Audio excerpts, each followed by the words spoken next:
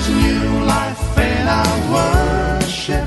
There's new life in our service. The Spirit of the Lord has started to Good morning, viewers. Welcome to my brief devotion titled Fresh Bread. And I do hope that it makes an impact in your life as you begin a new day in Christ. God uses the life of three proud men in the scriptures to portray the coming antichrist in the New Testament book of Revelation. The first person who appears to challenge God is Nimrod, a man who emerges from the cursed line of Ham, the son of Noah. In Genesis 10 verse 10, we read that the beginning of his kingdom was Babel, Erech, and Akkad, all of them in the land of Shinar. After the great flood that reset the whole world, Nimrod was able to get the whole world together at that time to build a city and a tower with its top in the heavens to make a name for themselves. Read Genesis chapter 11 verse 4. Nimrod, the leader, gets back to the same sin that originated in heaven, embodied by Lucifer, which Bible documents as man trying to reach the top in the heavens because of the spirit of pride. Verse 5 teaches us that God came down to destroy the spiritual pride which was evidenced in Nimrod's life.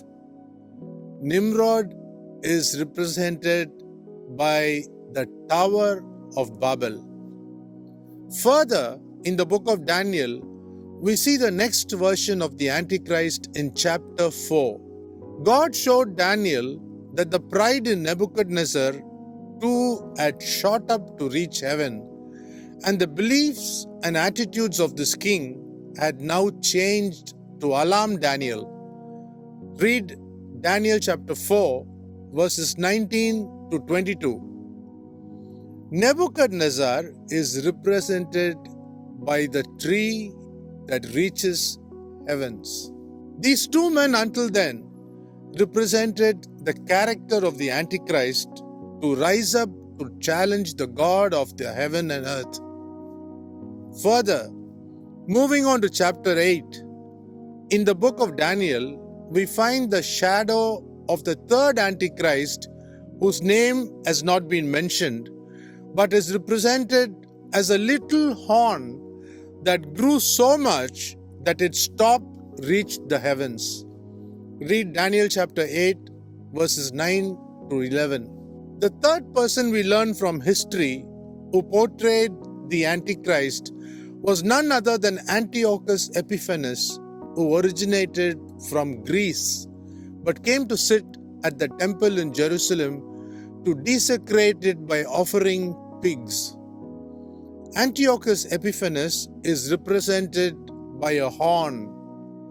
This too was taught by Jesus Christ in the Gospel of Matthew chapter 24 verse 15, which is referred as the desolating sacrilege.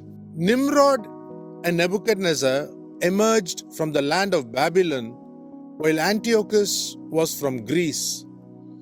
All the three stood against the righteousness of God. In the New Testament today, the whole world awaits the fourth and final Antichrist to appear and rule the earth for 7 years, bringing in great tribulation to all the earth dwellers.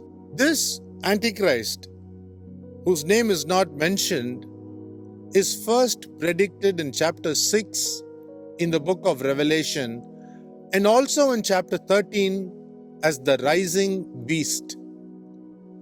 It is this Antichrist who will be defeated as mentioned in Revelation 19 in the battle of Armageddon and thrown into the lake of fire, that is hell, along with the false prophet. Read Revelation chapter 19 verse 20, the second half.